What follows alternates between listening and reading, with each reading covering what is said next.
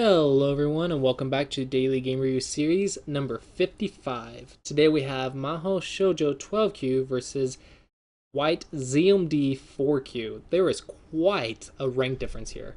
So I'm probably going to be focusing on the black mistakes because I think this was a teaching game. And if you want to submit games, since not every game gets reviewed, I recommend submitting games that were not already reviewed by someone else. But I'm assuming this was a teaching game. Otherwise, I don't know why you guys are playing. Yeah, so let's get started. All right, so far so good. Kobayashi, not Kobayashi. So white ignored. Normally you don't ignore this. So if your opponent ignores and their move isn't Sente, I would usually have a feeling to just immediately pincer here, because this move doesn't really hurt me at all. So I would go ahead and pincer here.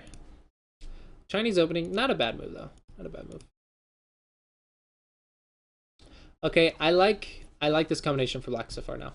So I like the board for black already because I think white's playing slow moves. Now I'm not sure if he's doing it intentionally or not. I think he is because I think white knows better moves than this. But right now I really like black's position. Okay, white goes in, perfectly reasonable. And the move is actually to extend up. Then white extends, and you can actually ignore this now and go somewhere else.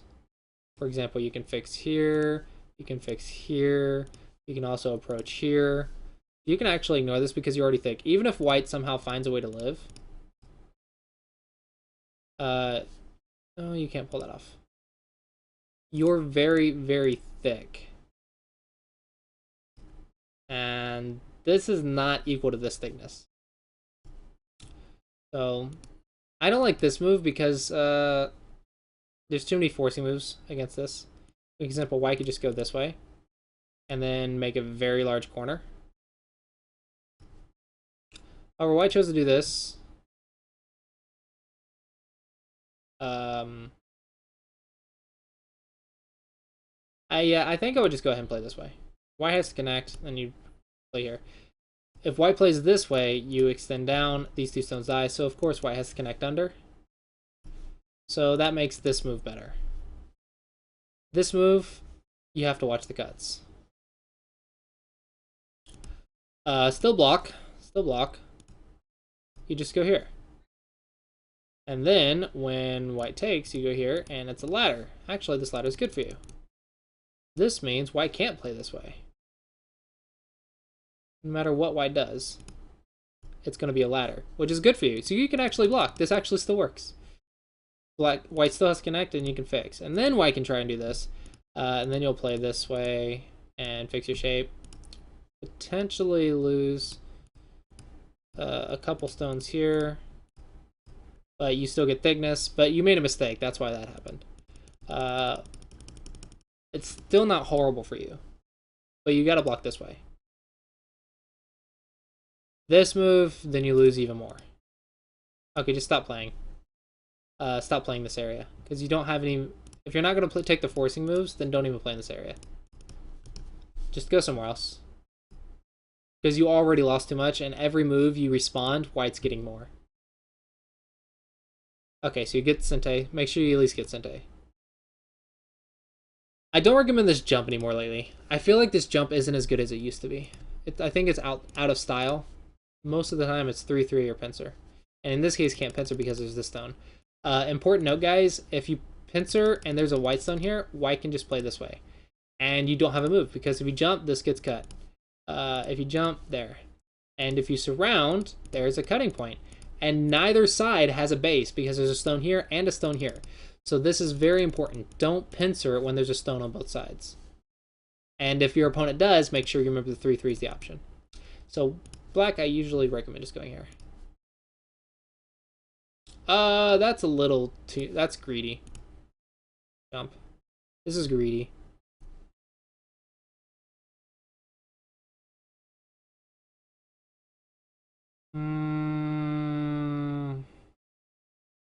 Normally doesn't work. Alright, so let's see what happens. Oops. There.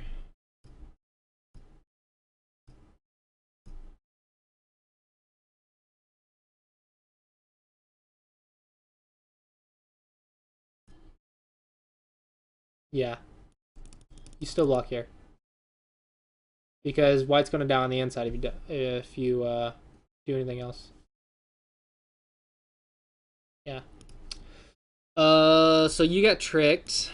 Lost a lot of points. If it's Joseki, you have to know why it's Joseki. You guys need to do the research on this on your own. If there's a move that's a Joseki, and you're like, well, what if white does this? Well, you need to be able to counter that. You need to know the counter. Otherwise, why are you playing it? Just because someone tells you to play it doesn't mean you should play it. Pros play this way because they know if your opponent does something outside of the normal variation, they know how to respond. They've researched it. And this is how you need to think of a Joseki. You need to think, this is Joseki, and I know these are the moves because every other move is not good. And I know this because I researched it. I know the other moves. I know the responses to the other moves and how to make them not good. I know why these moves are played. That's how Joseki work. Okay, good fighting here. Good fighting here. Okay, very good here. No! Keep it up. Keep them surrounded. You are getting weak, so perhaps not the knight's move. Then you can play over here.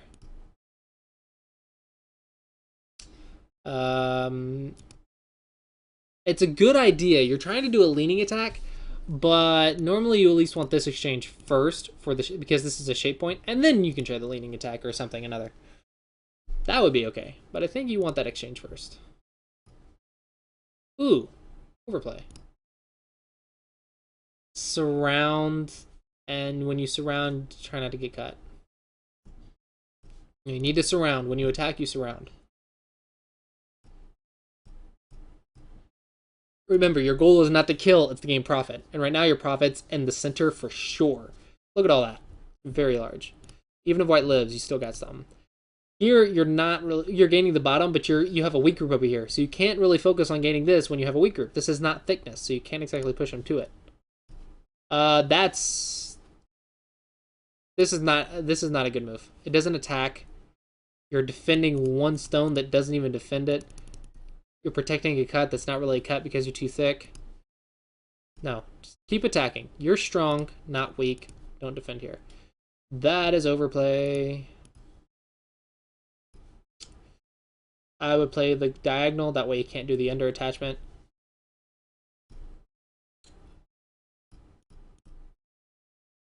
Okay. Take the eyes. Don't let him live easily. I would not let him live easily here. That's not the Vita point. No, after he extend down is Sente. Because now he has a Tsuji to connect, which he does. Okay. Okay, I think you're just getting outclassed. It's just your opponent knows way more about this game than you do. There's too much of a rank difference, and it's an even game. There's nothing you can do. So, I do notice a few problems that you have, Mahou Shoujo, is attacking and reading. So make sure you are doing go problems, and when you play your games, try to get them reviewed by stronger players. That way you can see what are some better ideas for attacking. How could I have attacked this better? Because your opponent's leaving a lot of openings, but you're not taking advantage of it properly. And remember, your goal is not to kill, but to gain profit. If they happen to die, cool. But your goal is not to kill, it's to gain profit. And you can see here, they're still in attack. So do you do it? No. You need to get back to attack the center, and you don't. So you need to look for the weaknesses. Weaknesses are the key to the middle game. Look for how to attack the weaknesses, protect your own weaknesses, how to attack the weaknesses, and how to gain profit from attacking the weaknesses. That's what I think you need to focus on. But this game's, if you need to do something to the middle group or the game's over. But I think that's the main point. Is, yeah. And now white can actually attack you very severely here. So if white just goes here, everything's dying. Almost game over. White decides to just live here. No, can't do that. That's game over. You can't let white cut there. Try splitting. and then attacking like this. But then this will die, so you're losing track of all the weak groups. So you need to defend. Defend first, then attack. Defend while attacking, but you need to defend. Protect your weaknesses first. Protect your weaknesses first, and that should solve half your problems, and then you just have to figure out how to attack your opponent.